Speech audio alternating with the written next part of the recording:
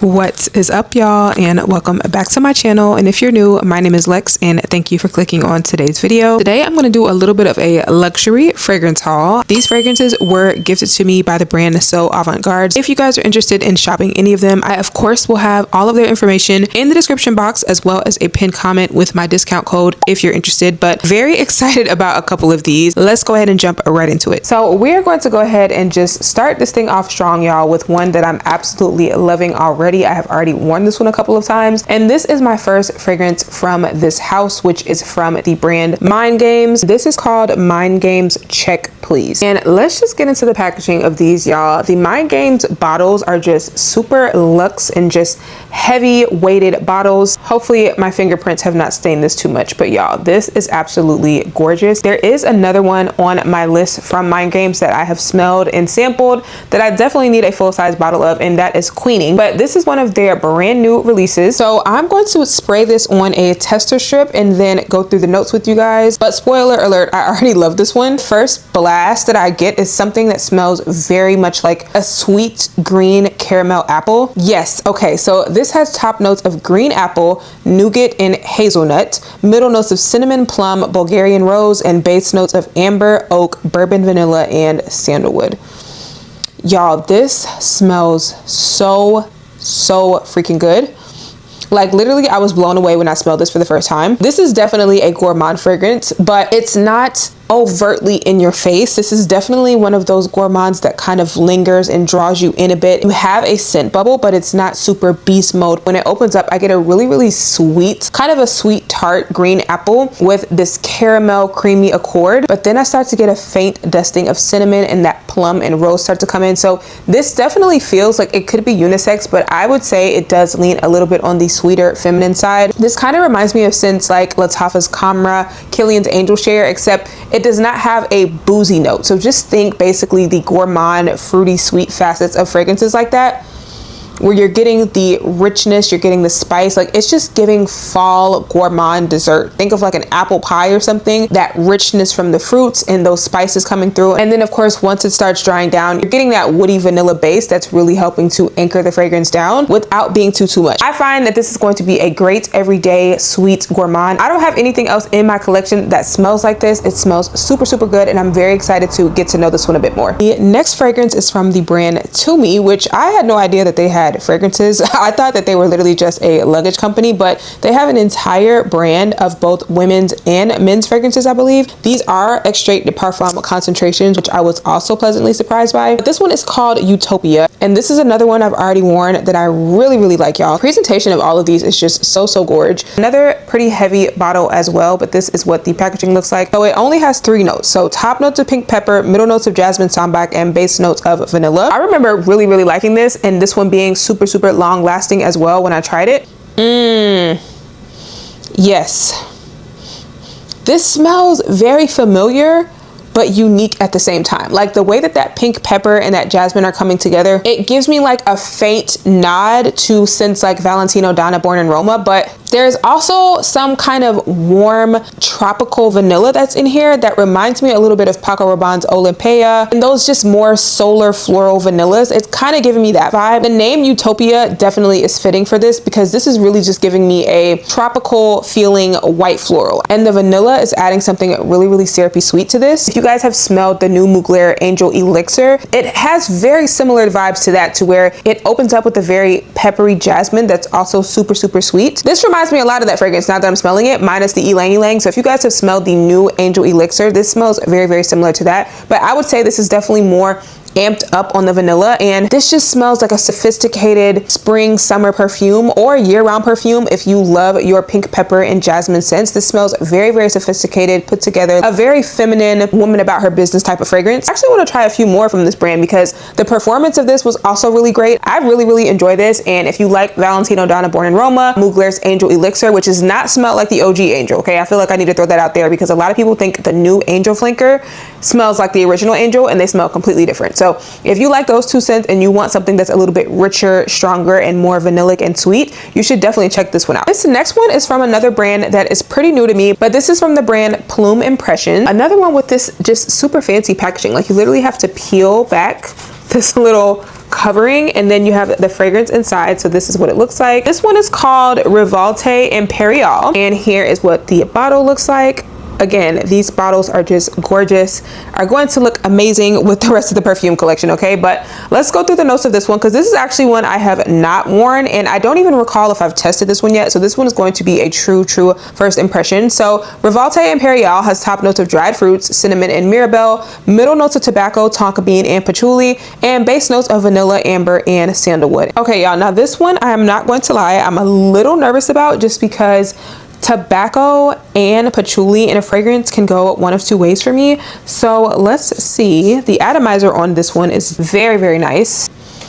Oh, okay. Immediately to me, this smells very masculine, right? Like I immediately smelled this and I just envision me walking into a jazz club where there are fine men everywhere that just smell very, very good. Like this is giving men's fragrance more than anything. It smells really nice. I'm definitely getting those kind of spiced fruits as well. This kind of reminds me a bit of Tom Ford's Tobacco Vanille, but if you were to add like a fruity opening to it, if that makes sense. I almost instantly start to get that tobacco and that vanilla coming in. This is one I'm not quite fond of right now. I feel like this smells a bit too masculine for my personal taste, but I would actually love how this smells on a man. I just think tobacco is one of those notes like coffee that on me personally, it can just lean a bit too masculine on me if it's not mixed with the right notes. That's kind of what I'm getting here, but I do want to test this, of course, on my skin, on my person, and possibly layer this with some things to see if I can kind of tone down that tobacco a bit, because if there was less tobacco in here, I would probably really enjoy this, because it is giving me that really sexy jazz club type of vibe. There's just something very alluring and intoxicating about this, but the tobacco is just putting me off just a tad. So there are some other ones from this brand that I know are super popular and way more feminine leaning, but I believe they were sold out at the time. So hopefully I can try those at some point, but this is a very nice scent. I just personally feel like this would be better suited on a male or a woman who appreciates those more androgynous type of scents. Those are my thoughts on Revolte Imperial. Now, these next three are from the brand Banana Republic, and I'm very excited about these because I used to love buying the Banana Republic fragrances from like Marshalls, TJ Maxx, and Ross. These are all in very similar packaging as those fragrances. Like I used to really love the Dark Cherry and Amber, and there were a couple of other ones that I really liked, but this is from their Reserva collection. The first one we're going to be talking about is Sandalwood and Musk. Sandalwood and Musk has top notes of orris root, bergamot, and lilac, middle notes of amber and musk, and base notes of sandalwood and cedarwood. And I want to say I remember trying this one and liking it, but obviously I'm going to refresh my memory here. So here's what the bottle looks like. Love these bottles, y'all. These bottles definitely look super expensive, but from what I can recall, these are probably the most affordable out of everything in this haul. And Banana Republic is just a pretty affordable brand. I don't think this particular collection is available in the discount stores that I mentioned. I think this is just like a special exclusive collection. Ooh, immediately hit with that bergamot and that orris root, creamy citrus opening. Smells so familiar, y'all. Okay, let me see what this is compared to, because this smells so familiar to me. And the only scent that it's compared to on here is a fragrance called Ganymede by Marc Antoine Barrios. So I could have completely butchered that name, y'all, but this smells very familiar to me. I'm getting a really beautiful light purple floral citrus and creaminess from that orris root in the opening, and then the amber is coming in. So it's a really pretty soft amber. It's coming across very resinous and sweet, especially mixed with that musk. Of course, when it fully dries down, I'm getting more of a creamy sandalwood, which is like my favorite type of sandalwood. I like one that leans a bit more on the creamy side, kind of sweet. And this does also smell like there's a hint of vanilla in here as well. So I really like this one. I wish I could figure out what it reminds me of. Lightly fresh, second skin musk with a woody dry down. And I really like this, y'all. This smells really good. This also kind of just smells like a good layering scent if you want to make your scent smell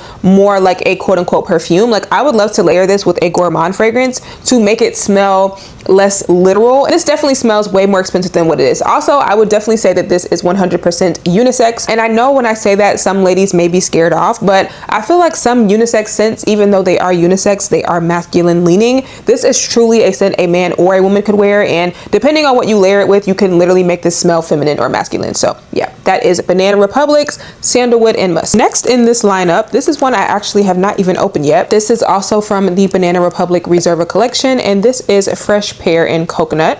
Now, I love both a pear and a coconut scent, so we'll see if this is one that I like. Here is the packaging on this one, a really pretty chartreuse bottle with a gold cap. And I'm gonna spray this out and go through the notes with y'all. Okay, so this one has top notes of pear, orange, and Italian lemon, middle notes of coconut and jasmine, and base notes of vanilla, sandalwood, and amber. I'm gonna spray this one on skin because I'm not getting a lot on the tester strip for this one. Definitely getting lemon and orange in the opening. It almost smells a little bit like Pledge, I'm not gonna lie. The pear is there, but so far in the opening, I'm definitely hit with that citrus, and the pear is like slowly creeping in. So for someone who appreciates a citrus forward fragrance. Now, since I haven't fully tested this one out yet, I'm not going to fully write it off, but this one right now is not giving me much of anything, giving mostly a citrusy pear opening, and then it kind of just gets lost in the sauce for me. Like the coconut, the jasmine, all of the other notes that are in here, I'm really not getting that on the dry down. So this may be one I need to take out for a full spin and just douse myself in before I completely write it off. But this one so far is not my fave, probably my least favorite from this video. I really have to search for the scent. Like after I spray it, it dries down very, very faintly to just a really soft pear scent. I feel like I probably need to revisit this and give it a true wear test, because right now it's giving me a pear lemon cleaner. Like that is kind of what this smells like, and I'm not loving this one right now. We're going to finish this off on a strong note because the last one in this collection is one that I absolutely love, which I'm kind of surprised by because one of the main notes in here is not a note that I usually like, which is lavender, but there are a few fragrances that have lavender in them that I absolutely love. So I can't just write off one note completely because when it's done right, I don't mind it. But this is marshmallow and lavender. This one has top notes of marshmallow, vanilla, and peach, middle notes of lavender and jasmine, and base notes of sugar and musk. Some of the fragrances it is compared to on Fragrantica are Victoria's Secret's Tease Cream Cloud, as well as Tijota's Indult, which is a very, very popular vanilla gourmand in the niche fragrance world. So this could in fact be a dupe for that fragrance if you are looking for one. But I'm going to spray this on my arm, y'all, because I've already worn this and I really, really loved it. Oh my gosh, y'all, this smells so delicious. Okay, so this is giving me peach flavored marshmallow candy. Like that sounds kind of weird, almost kind of like a peach cream or like a peach smoothie type of vibe. Like there's something peachy and lactonic in the opening. So I really think it's the way the vanilla, the marshmallow, and the peach is coming together. It's really creamy peach vibe. And the lavender is there, but it's almost as if they turned the lavender into like a candied version of it, like a candied lavender. It's very, very sweet. It kind of reminds me of how the lavender is done in Burberry Goddess, where it is a sweeter lavender. It's not as aromatic as it usually smells. It's not super, super herbal and like fresh smelling. This smells so, so good, y'all. So delicious. If you love a powdery, marshmallowy fragrance, I'm definitely getting that marshmallow in here. Also, if you love a sweeter peach fragrance, this smells amazing if you are a peach lover. And then of course, when it fully dries down, you're really just getting this gorgeous sugary musk. You're getting that second skin-like DNA, but you're not losing the sweetness, which is something I really, really love about this. And I have been wearing this one a lot. I have been layering this a lot. Oh my God, y'all, this smells so good. I can't think of what else this reminds me of. This reminds me of something else, y'all. I have not been able to put my finger on it, but if you are a lover of a good marshmallow scent, a good peach scent, that is what I get the most, I would say. This feels really cozy, really whimsical, girly, and fun, and I think it's still appropriate for fall and winter as well. This is a good everyday scent, or like I said, a good one to layer with. So this is honestly one of my favorites from this haul. I would say this one and the Mind Games Check Please, as well as Utopia from TUMI.